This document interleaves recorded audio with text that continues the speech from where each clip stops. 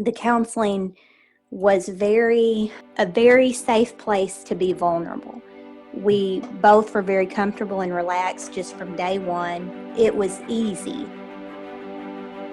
Hey guys, welcome to Healing Broken Trust podcast. I'm Morgan Robinson, and today we're bringing the first part of a 3-part interview with a couple we helped transform their relationship after infidelity.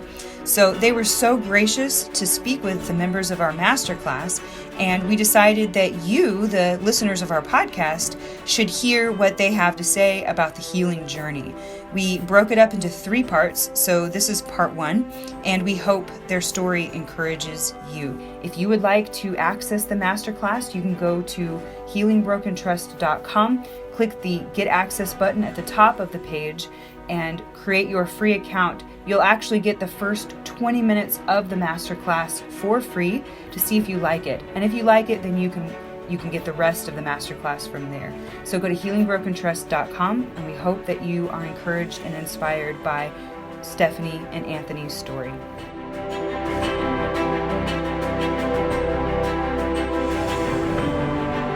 This is the couple I mentioned where the wife was able to be assertive and talk about her needs because she felt secure and safe. This is the person that I was talking about, and she's joining us. I know your husband's coming home, so he's not quite home yet, and he'll join us when he can. But I think a lot of people would want to hear kind of from you and is healing really possible? Can I heal? What did you guys do to help you heal? How did counseling help? What are some other things besides counseling that might have helped? What role did talking to family and friends play in things? How did you get them to end the affair? And of course, where you guys are at now. But Stephanie, maybe you could just talk about, before we get into all that, just what the marriage was like before there was an affair. Okay. If you would have asked either one of us prior to the affair and coming to counseling, we would have both said that we had a great marriage. We never fought. We agreed on everything, and life was good. That's what we would have said. Now, the reality was that we really didn't talk about things the way we thought we did. We didn't dig past the surface on anything at all. And we didn't fight because one or both of us always withheld our opinion to keep peace. And then also, we had been in a place where where we lived. Each of us drove half an hour to an hour in opposite directions of each other from where we lived to work. So we spent 10 to 12 hours a day away from one another, and in high demand jobs, especially my job at the time was very high demand. And this went on for 3 or 4 years, and over time really took an emotional toll on each of us, and took both of us really to a burned out place in life, emotionally and as far as work was concerned, and just daily task even. So that's kind of where we were prior to the affair. Okay. Stephanie, how did you discover the affair? I kind of had, I began to figure out things weren't quite right. I initially started just realizing that something had to change for us. I could tell that we weren't on a good path, and Anthony was being more distant, and there were just a lot of clues I picked up on that something wasn't right initially. And so I began looking for a new job, thinking at that time that if I found a new job that was less stressful for me, that I would have some energy to put into my marriage again. And then also, maybe that would be enough to kind of recharge us, at that time, just thinking that it was the distance and being burnt out. So for a while, that's what I kind of believed was happening. And I did end up getting a different job. And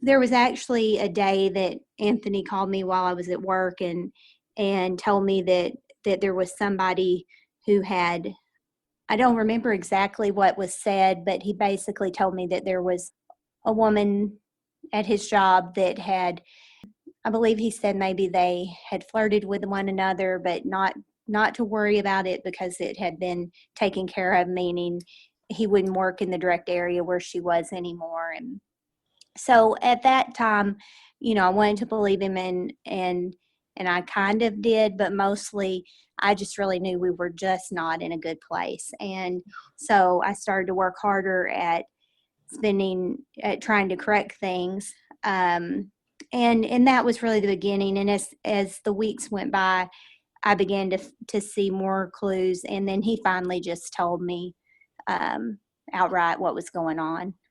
Stephanie, do you remember where you were at when you found out? Yeah, I do actually. In my living room, just at home. I had come home from work, and at that time, he actually thought that I knew because of something he had seen on the computer, and I did not know.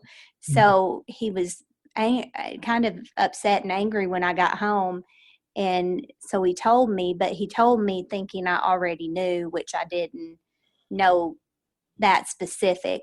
Yeah. Specifically what was happening, but we were just in our home after work one day. Stephanie, was he pretty remorseful when you found out, or was he pretty defiant and angry?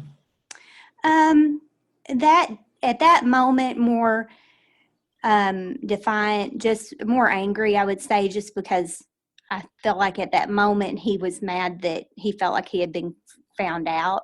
Okay. Like I said, not knowing he was really just telling me himself. Mm-hmm. There were plenty of times moving forward. I mean, he was very remorseful very quickly during the process, for sure. That makes sense. Stephanie, what about kind of the ending the affair? That's often a tricky part of the healing process. What was that like for you guys? Well, for us, it was right from the very beginning. I just told him that, divorce wasn't an option. That was the one thing in our marriage from the entire time we've been married, I guess 8 or 9 years when this happened. We always had said divorce was not an option. And I stood firm with that at this time even. And I feel like we actually took a very drastic approach to ending the affair, which is we moved states. And I understand that that's not simple for everyone. It wasn't simple for us. But Anthony, at one point in this whole process, he just came to me and said, this will never end if I stay here. And I knew that he meant that. Yeah. Stephanie, can I ask you, is that because he had trouble ending the affair with the other woman? Yes. He did. Yes, he wanted to stay married to me, and he wanted to work on us. And that was really fine as long as it was just he and I together, and we could focus on that. But then the next day would come around, or Monday would come around, or whatever day, and he had to go back to work. And then she was accessible again. He was accessible again. And this whole emotional roller coaster started over and over again.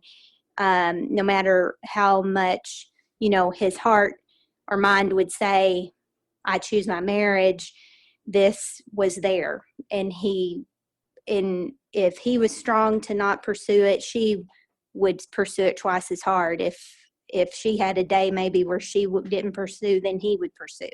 So the one thing I want to say at this point, though, is as we went through this, pretty much from the beginning, certainly from about a month into this, he really told me things as they happened. So I had a lot of knowledge, and that was very good and hard at the same time. So, but back to your question about how it ended. So over the course of several months, we were able to sell our home. I was able to keep my job, moving to a different state. He was able to get a job in a different state. And once in my mind, I totally believed that the moment we left that state, that affair would end and his temptation for that would be over, and that chapter could be closed and we could move on with life. And what I learned was the distance was what we needed. However, this person had made such an emotional bond with my husband that I had to get busy trying to put myself back in that place, as well as, so once we arrived here, I would say we were here maybe 2 weeks or 3, and he had continued to talk with her. And really, I had suggested counseling many times, and even in the state we lived in before, we had attempted it and had a hard time getting a marriage counselor who would even see us. So when we had been here and things didn't end as quickly as we had hoped, he actually said, if you can get us in to see a marriage counselor, I'll go. And that was when we called Brad. And I would say 3 weeks probably into seeing Brad is when the affair finally ended. And Brad, do you remember what we did when we do you remember the letters? Yeah, I vaguely remember that. Yeah. Yeah. So the woman would not stop pursuing, even when he firmly said he no longer wanted communication with her, and I had even spoken with her. So we ended up sending a letter, each of us sending a letter by email to her, and just pretty much saying, this is it. Do not, we didn't threaten her in any way, but we just made it very clear that no more communication was acceptable. And so that's how it finally ended. And wasn't she pretty ugly after that to him? Yes. Just true Yeah. love. After that final email, she did not communicate with either of us, but we pretty much made it clear that he wasn't coming back to that state. He was not moving her to this one. He was, we really were pretty clear and just made her aware that the next thing we would do would be reach out to her employers. Since this was a workplace situation where it had started. And I believe at that point, it was more trouble than it was worth for the value. I had already began to reclaim my place emotionally in my husband's life. And she, at that point, you're going to have to put out quite a bit of effort to continue that type of thing. Yeah. What advice would you give to somebody who is married to someone who's maybe involved in a situation like that, where they have hard feelings for the other person and they're having a hard time like letting that other person go? Like, as a spouse who's married to somebody, when that happens, what kind of advice would you give to them to help them navigate that? Because that's a difficult situation to be in. It is hard because you do feel like, there were days and times where I felt like there was nothing I could do right, so to speak. There was, sometimes the things that Anthony said didn't even make sense. And sometimes what I said didn't make sense. It's such an emotional time. I would say not to grow weary. You're going to have days where it's exhausting. Don't give up. I feel like if your spouse is saying they want to stay with you, even if they're still acting out, for me, that gave me hope that he just needed me to help him. And that seems strange to say, but as the spouse of someone who's cheated on him, I could tell he was genuine in what he wanted. And I sometimes just being there, and not as hurtful as it is to let him talk about it, I definitely think that counseling was the biggest deal for us, though. Circling back to you, Brad, I believe that just priceless, the time we spent there. So also surround yourself with people who are encouraging your marriage. Mm-hmm. And by that, I mean, we all have people in our life who are going to say, at the first sign of trouble, are going to say, just divorce him, or I wouldn't put up with that, or, those types of negative things. And what I would say is, during this time in your life, I would surround myself with friends, family. For me, it was people from my church. Just surround yourself with people who, hey, they may not understand why you're choosing to stay, but they encourage you, that if that's what you choose to do, then we support you. Don't isolate. I would say to definitely have people around you who care about you, because that was a huge factor for me, is not isolating. Yeah, definitely. Let me ask you this: sometimes people ask questions about the affair, like they want to know, how big of an issue was that for you to kind of ask these questions and really know what was going on? I'm a person who needs all the facts, just in general in life, not just in a situation like this. I've always been a person who, if you, good or bad, if you give me all the details, I know I can work with that. Like, I can then choose how to react. I can choose what path I want to take. I can choose how this is going to turn out, or at least feel like I have some knowledge and power. If I have, maybe power is not the right word, but knowledge feels good to me. I feel less vulnerable when I have more knowledge. It's very hard to ask the questions. It's hard to find out the answers. And at a point, I just really had to stop asking things at a point, because one thing turns into another. I mean, I think there is a certain amount you do need to know, and I think that's healthy for both the person who's been involved in the affair and the person who was affected by it. Because there's a certain amount of healing that comes along with just being honest and open about what has happened. But it is hard. That was probably the most important and the most hard thing for us, is just getting the details out. I will also, if it's okay, circle back to when you said, how did the affair end? And I know a lot of times someone who's been in an affair feels maybe blackmailed, or feels like there's details of things that happened that's being held over them. And Anthony was kind of in that position. He had not admitted to me all the sexual activity that had happened, and had kind of denied a lot of things, which in my heart I kind of knew even without him saying it.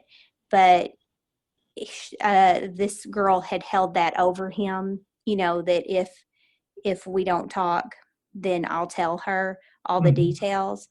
And what happened for us the day before we sent those letters that ended the affair, is that he just told me. He told me all the details. And then we were able then to, it was such a relief for him. And then we were able then to include in those letters to her and just say, I've been honest with her. I've told her everything. There's nothing you can tell her she doesn't know. So it just shut down that, I think you've called it blackmail factor, where there's just not anything left for the spouse to find out. Surprisingly, that's really common, the blackmail factor. When I'm working with a couple, because time is limited, there's certain things I can't go chase.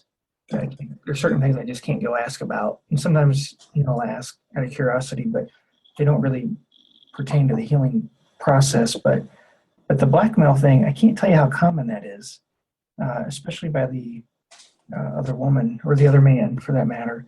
Right. They tend to be single people, and they just do the craziest stuff. Like, it's just the things they do. Stephanie, now you guys came and saw me really before the fair was able to end, after you guys had moved. Right. What was the counseling journey like for you guys? What was kind of your first impressions? And I guess we'll start there. What was your first impressions? I had never been to any type of counseling at all, ever, individual or otherwise. And Anthony actually had been to an individual counselor years earlier, so he knew more what he thought to expect, and I had no expectations at all. Um, I I was from the very first 2 hour session, almost relief is what I would say. To sit down with you and to hear just you, I mean, you almost had a calming effect on us. And from that very first visit, it felt hopeful. It was very relieving to me. I felt like you genuinely wanted to know about us, wanted to know about what brought us there, not just the affair, but what underlying factors contributed to that. From day one, I never felt threatened, and I know Anthony would say the same thing. I never felt like it was ever you and him against me or me and you against him. It was very neutral. It was very safe. I think for me, as well as Anthony, the counseling was a very safe place to be vulnerable. We both were very comfortable and relaxed just from day one. It was easy, and not easy what we had to discuss or how we had to dig or what we had to work on, but just talking to you was easy. Okay. And that was a surprise to me with counseling. I had a different vision in my head altogether, and I can remember leaving the first 2 hour session, and I believe in the first 2 weeks, I think we saw you 4 times. Like, we saw you a lot there at the beginning. Yeah. And each time we left, it was just, you were emotionally drained, or we were emotionally drained. I don't know if you were, but we were. And we at the same time, we were relieved. Like, each time just opened something new up, and we felt just relieved. Yeah, that's awesome. That's really great. That's really great. Stephanie, is Anthony right in the room with you? Yes, actually, he is here, Brad. Let's put Anthony on the spot. Okay. After a hard day of work. Yeah. Here he is. So I know a lot of people are going to want to know Anthony's experience of this whole situation. Yes. Hello, good sir. Hello. Hey, I hope Stephanie told you what we're doing. Oh, yeah, I knew. I was asking Stephanie kind of what your guys' marriage was like before the affair, and then I want to kind of ask you some other questions, and we've had a chance to kind of hear from her perspective. I'm going to, at the end of this, I'll ask you guys both about, like, since we've ended counseling, your post-counseling journey, how things have been. Okay. But Anthony, before we get to that, I just want to kind of zero in on how would you describe things before, the affair? How would you describe the marriage before the affair? Oh, I mean, overall, I think we both thought we were doing fine, but what we really found was it was just a very passive marriage. We just were kind of coexisting. We both were pretty busy. We were spread out. We were run thin, and it was just one of those situations where we kind of met in the middle. Mm-hmm. And we just, for lack of better terms, we both just kept peace and just agreed with the other and just avoided conflict at all cost. Not to bring up old wounds or anything, but for you, what was the affair like? Maybe how did it start? And then kind of how would you describe the affair now that you're not in it, looking back on it? Well, I think in the middle of it, it was just filled a void. It just was something that kind of filled a gap that wasn't being fed any other way. It was just convenient. Mm-hmm. Looking back, it was just almost more of I'm really not sure other than to just say it just felt like it was almost more of a passive-aggressive punishment, I guess. Okay, well, that's important. It was maybe like I wanted to connect to her, Stephanie, but I don't know how, so I'm gonna punish you in a way.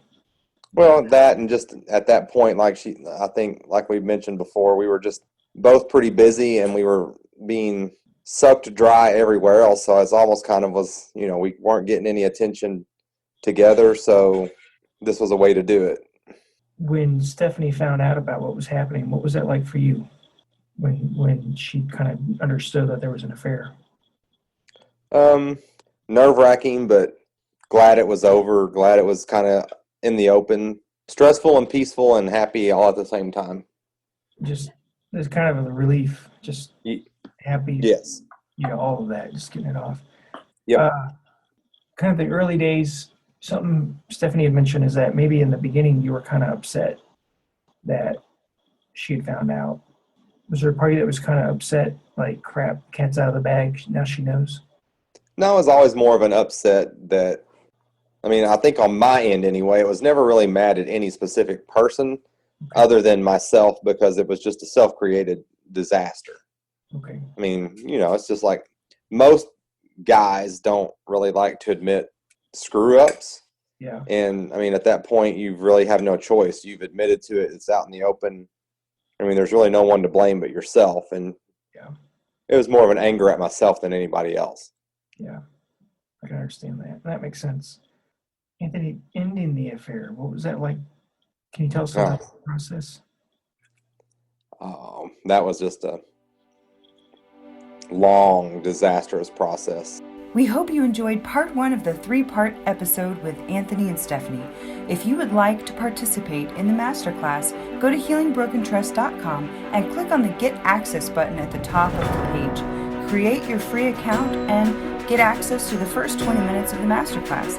If you like what you see, you can purchase the rest.